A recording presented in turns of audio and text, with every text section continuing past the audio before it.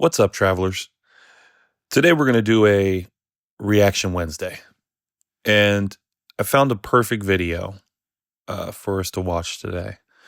It's called The War Against the Internet. Let's react to it.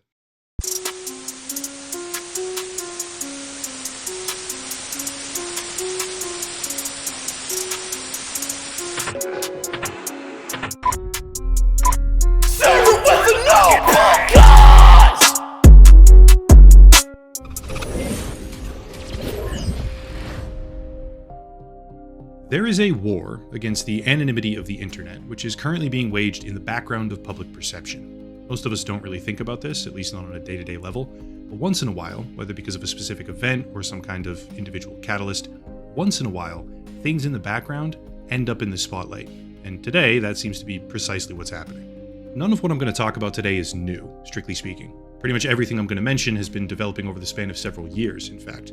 But with a perfect storm of oddly coinciding enforcement measures, the war against the internet is more obvious than ever before. And I think it's worth doing a sort of top-down overview of what's happening and why, because I don't think a lot of people are fully aware of just how far and fast the implications are spreading. First things first, as in the load-bearing pillar of why people are talking about this so much right now to begin with. First is the Online Safety Act, which was passed originally in 2023 and is now being... First, the Online Safety Act. It sounds kind of like an oxymoron to what the real plan is. It's to cause pretty much the most amount of irreparable damage to the system of the internet as a whole. This is crazy. 2023 and is now being enforced by Ofcom, the Office of Communications Regulation arm of the UK government, in 2025. Just to be clear, I am not an expert on UK politics or government structure, okay? I'm doing an overly simplified version right now because there's a whole lot more to talk about after this part, but if I do get something wrong, which I might, feel free to chime in down below. UK is very similar but different. The Online Safety Act, which is now being actively enforced in the UK, is, quote, a new set of laws that protects children and adults online, end quote. However, it's not just about children, and it never was. Children are simply the best way to emotionally frame these new laws.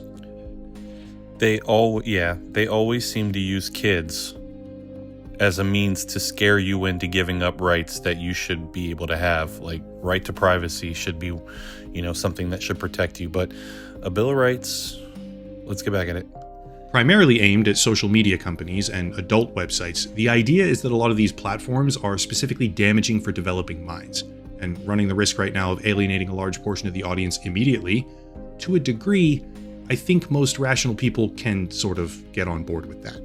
TikTok dramatically lowers attention spans, Instagram dramatically reduces happiness and overall self-worth, pornography has a whole host of damaging effects associated with it that I'm not even going to go into right now, Big time. And the idea of regulating these platforms in some type of way is actually insanely popular. As per United States survey data from YouGov in January of 2025, 57% of Americans think that social media needs more regulation, while just 15% believe less. Long story short, something does need to be done. Except when we start talking about governmental regulation, there's this pesky little problem that very often shows up called the slippery slope. The Online Safety Act, which is now being enforced in the UK, is branded, in theory, as a protection mechanism for children, who shouldn't be exposed to certain types of online content.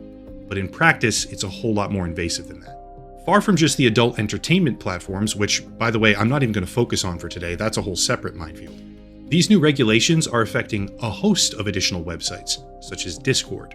Partnering up with a company called KID, Discord now requires users in the UK to either scan their faces or their photo ID and verify with this third party that they're above the proper age in order to access the service. Discord certainly has its dangers, no doubt about that, like being a content distribution network for malware in a lot of cases, but if we're talking about online safety aimed at children specifically, forcing every single person who uses Discord to scan their face or their driver's license suddenly starts feeling a little bit, slippery. What about Spotify? Yeah, under these very far-reaching new online verification laws in the UK, many people are being locked out of their Spotify accounts until they scan their faces or upload IDs. And this time it's partnered with a company called Yachty. How many of you guys feel right now, we're going to pause this, that the internet's kind of like the last bastion of privacy and freedom? it feels like kind of like the Wild West. It kind of feels like how it used to feel here in America when they were like, as controversial as it was, the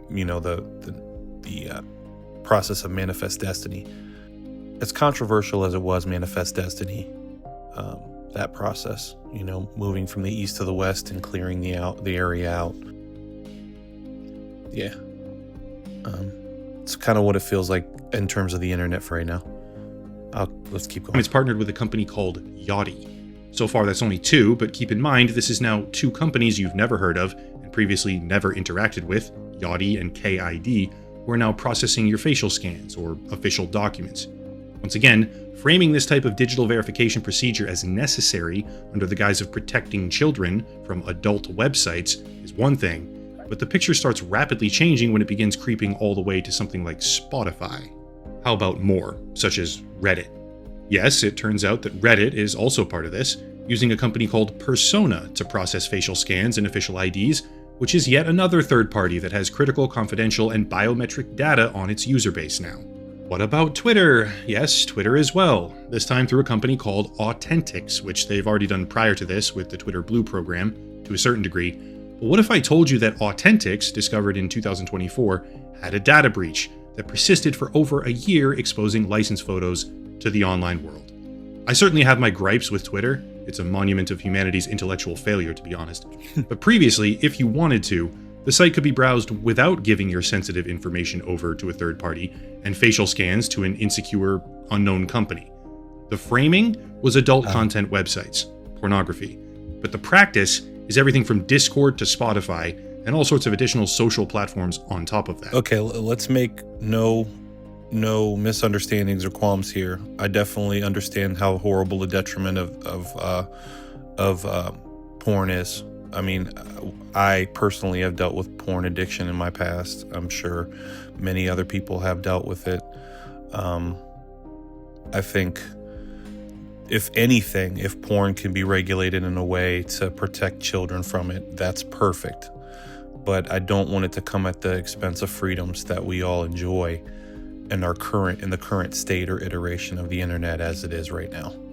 Let's carry on. Here's the thing though. While the UK is certainly catalyzing a broader discussion right now online, it's far from the only country doing it. Switching over to Australia, there's a law that's been in the works for years now, broken down across 2 separate parts, which is perhaps even more invasive.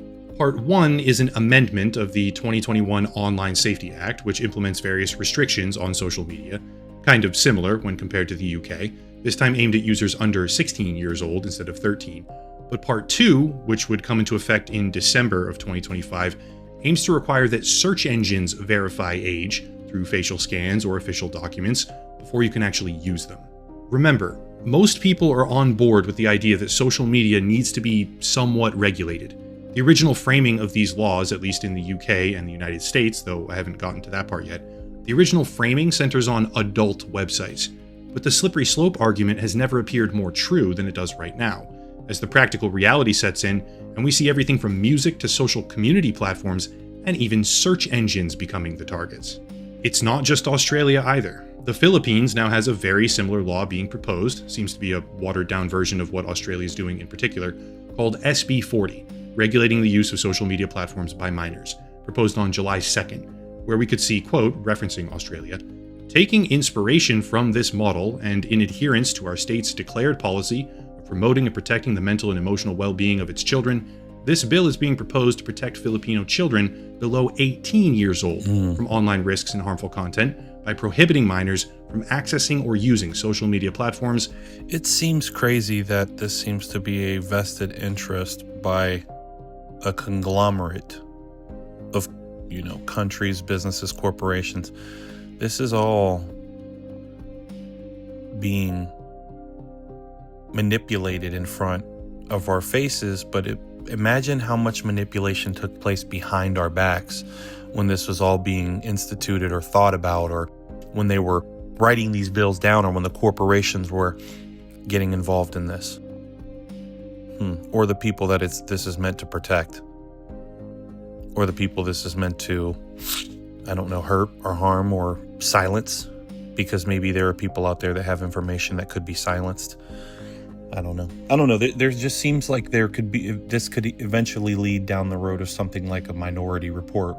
They're suspected to be, a criminal of some sort or something. Let's carry on. Minors from accessing or using social media platforms. Under the bill, minors shall be prohibited from accessing or using social media services. End quote.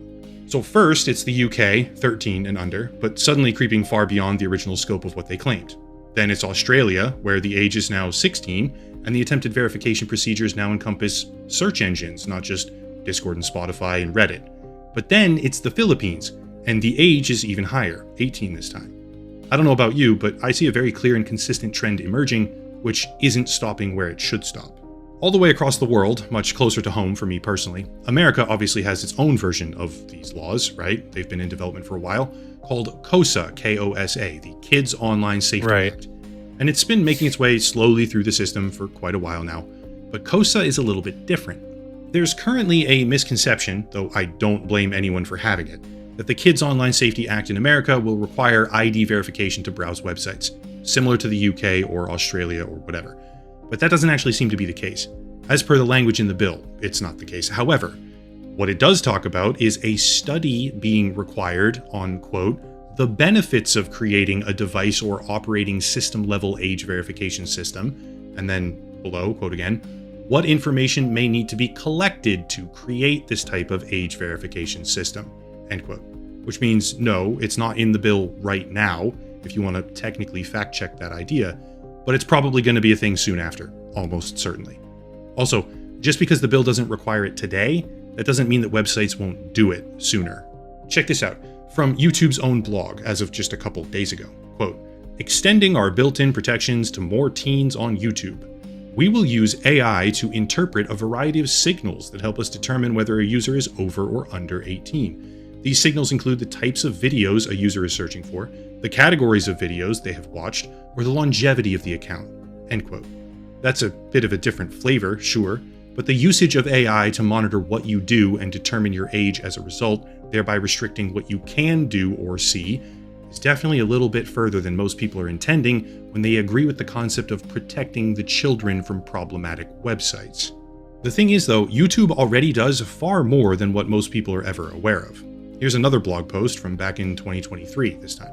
Quote, working with the advisory committee, we identified categories of content that may be innocuous as a single video, but could be problematic for some teens if viewed in repetition. These categories include content that compares physical features and idealizes some types over others, idealizes specific fitness levels or body weights, or displays social aggression in the form of non-contact fights and intimidation, end quote. Then further down, quote again, we're now limiting repeated recommendations of videos related to those topics for teens in the United States, with more countries to be added over the next year, end quote. Just think about that beyond the surface level perspective of protect the children for a second, right?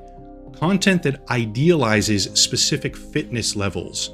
So like a bodybuilder, a gym bro who's talking about how being ripped is the best thing ever in the world. YouTube appears to be restricting and specifically modifying how much it recommends that type of content already to preserve teen mental health, which then requires the question to be asked, who is making these decisions about what fitness level should be deliberately suppressed? What exactly are we doing here? Are we coddling the feelings of the person who doesn't ever want to put down the fork? Or what's happening with that? Also, because the rabbit hole of what YouTube and other social media companies already do to protect and manipulate is a never-ending, free-falling chasm, the United States isn't just one cohesive entity. States have their own, mostly autonomous legal environments, and as evidence of that, we can see House Bill 1126 in Mississippi. This is effectively a digital ID verification law for social media usage already, similar in size and scope to what we see in the UK. And just to be clear, this is an example of what's happening, not the only instance. As of January 1st, 2025, Florida passed HB.5, Online Protection for Minors, which not only requires age verification for adult entertainment websites, but also has further implications for social media platforms. But the larger discussion that we do need to have is what happens if the slippery slope argument, right, is correct, which it seems to be. What happens if governments decide to pressure the internet service providers, the ISPs, into blocking VPN services entirely? Look at the search term interest on Google Trends for VPN in the United Kingdom. That's a massive increase in volume, obviously, because it circumvents the age verification stuff that people don't like. But in response, the government already said they're going to be looking, quote, very closely at how VPNs are used, end quote. Speaking to The Guardian, UK Science Secretary Peter Kyle reiterated that the vast majority of adults in the country are playing by the rules, and they had no current plans to outright ban the use of VPNs. But if we're being completely honest here, there is absolutely nothing that stops them from banning commercial service-based VPNs. The concept itself can't really be banned, but the point is that they could make it exponentially more difficult for people to access and use them as a solution to the current ID laws if they want to. And with that, I'd like to thank Upper Echelon for making this incredible video. If what you've seen here sparked your curiosity or concern, click the link in the bio to watch the rest. We've only covered a little more or less than half, and the ending is something you definitely need to see. In times like these, when ID laws and the war against the internet are shaping the future of free speech and privacy, staying informed isn't optional. It's essential. Go watch the rest and think deeply about what this means for all of us. Stay blessed. And get in the comments and let us know what the next video should be. Or send us some reacts at info@th3servant.com. It should be on the screen. God bless. Can't do this on my own, so will your name my praise? Yeah.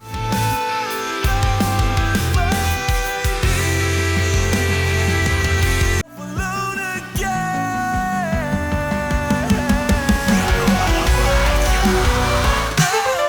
So I'll tell you that I love you if nobody does. And I'll tell you that I need you if nobody. I could give a damn about what sleeping people say. And now I'm rocking you, Lord, they say only praise for me.